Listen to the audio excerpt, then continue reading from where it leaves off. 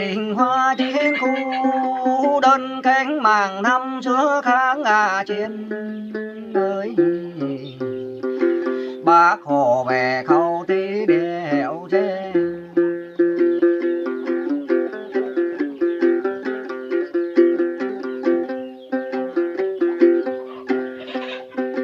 những đài ngàn chờ che đón mắt đài bàn doanh là an toàn là khu. Bác chăm bé bàn mù khâu quắc từ nơi đây bác đã ra hạ đi.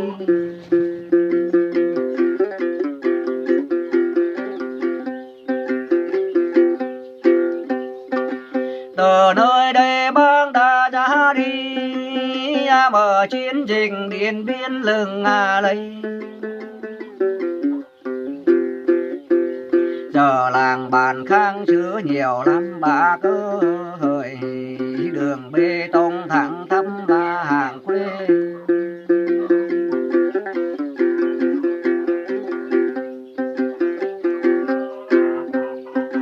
Đường bê tông thẳng tắm làng quê, đèn điện sáng lung linh khắp mà chốn.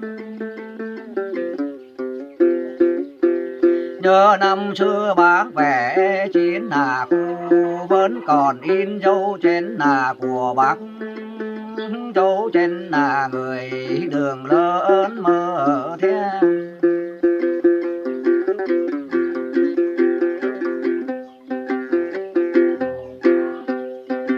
Đấy đường Hồ Chí Minh lịch sử, đình Hoa mình vinh chữ về sau.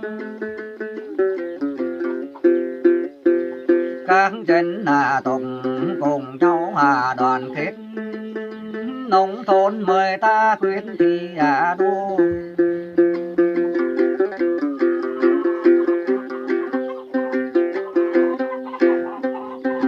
Xây dựng cho quê hương đem giàu, xứng tầm đất quê hương cánh mang.